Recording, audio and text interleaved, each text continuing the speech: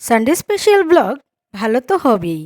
তাহলে কি কি হয়েছিল জানতে হলে দেখতে থাকো আজকের ব্লগটা। হ্যালো বন্ধুরা, আমি কণিকা, শিলচর আসাম থেকে। আমি একজন গৃহিণী, তার সাথে content creator. Welcome to my daily blog. ঘুম থেকে উঠে আজকে রান্নাঘরে চলে গেলাম, কারণ মেয়েরা যাবে আর্টের স্কুলে। ভাবলাম একটু আলাদা কিছু করে দিই। ভিডিও করতে গিয়ে দিলাম উলটপালট করে। প্রথমে ভেবেছিলাম পেঁয়াজটা ভেজে নেব, আর আমি ভিডিও করার চক্করে গিয়ে পেঁয়াজ ভাজতে ভুলে গেলাম। দিয়ে দিয়েছিলাম প্রথমে তেলের মধ্যে পটল, আর পরে দিলাম পেঁয়াজটা। তাই পেঁয়াজটা আর ভালো করে ভাজা হলো না। ভালোই হয়েছে খেতে, কিন্তু যেই পরিমাণ স্বাদ হওয়ার কথা ছিল সেই পরিমাণ স্বাদটা হলো না। মেয়েদের ভাত খাইয়ে দিলাম স্কুলে, আর আমি আমার হাজব্যান্ড নিয়ে বসলাম ওটস দিয়ে রুটি, আর তার সাথে সেই ভাজাভুজি আর একটু লাল চা। সকালবেলা একটু লাল চা খেলেই আমি মনে করি শরীরটা সারাদিন ভালোই থাকে। তা না হলে লোভের বশত মাঝে মাঝে তো দুধ চা খেয়ে ফেলি।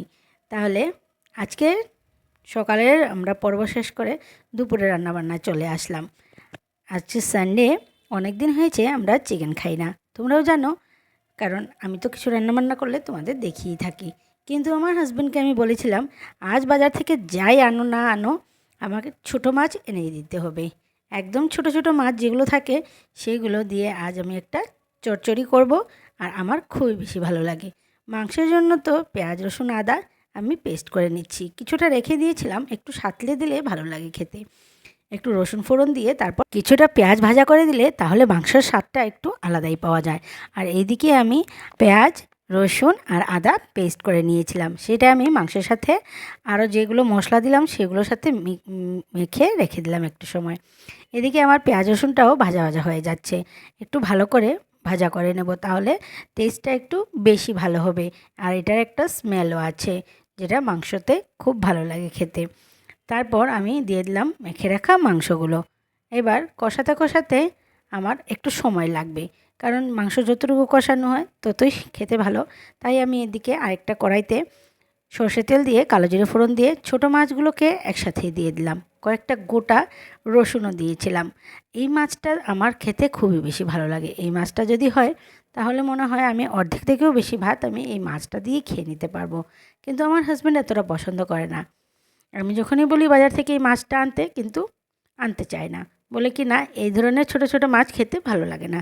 কিন্তু একদিন আমি রান্না করে যখন খাইয়েছি তখন বলছে যে না, খুবই ভালো খেতে। আমি তখন বললাম আমার হাজব্যান্ডকে, যদি ভালো না হতো তাহলে কি আমি পছন্দ করতাম? আমার কি মুখে ভালো লাগতো? তাহলে আমি কি তোমাকে বলতাম যে বাজার থেকে নিয়ে এসো? তখন আমার হাজব্যান্ড বলল, না, খেতে খুবই ভালো। তারপর থেকে যখনই আমি বাজার থেকে এই মাছটা আনতে বলি কখনো আর না করে না। আসলে কি, আমার হাজব্যান্ড এত ছোটো ছোটো মাছগুলো খেতে ভালোবাসে না। আর একটু বড় সাইজের হলে পুঁটি মোখা, তাহলে ওই সাইজের মাছগুলো খেতে ভালোবাসে। কিন্তু এত ছোটো ছোটো মাছগুলো খেতে এতটা ভালোবাসে না। কিন্তু খেয়ে যখন দেখলো যে না, খুবই টেস্টি হয়, তখন থেকে আর না বলে না। যখনই আমি বলি নিয়ে আসতে তখনই নিয়ে আসে।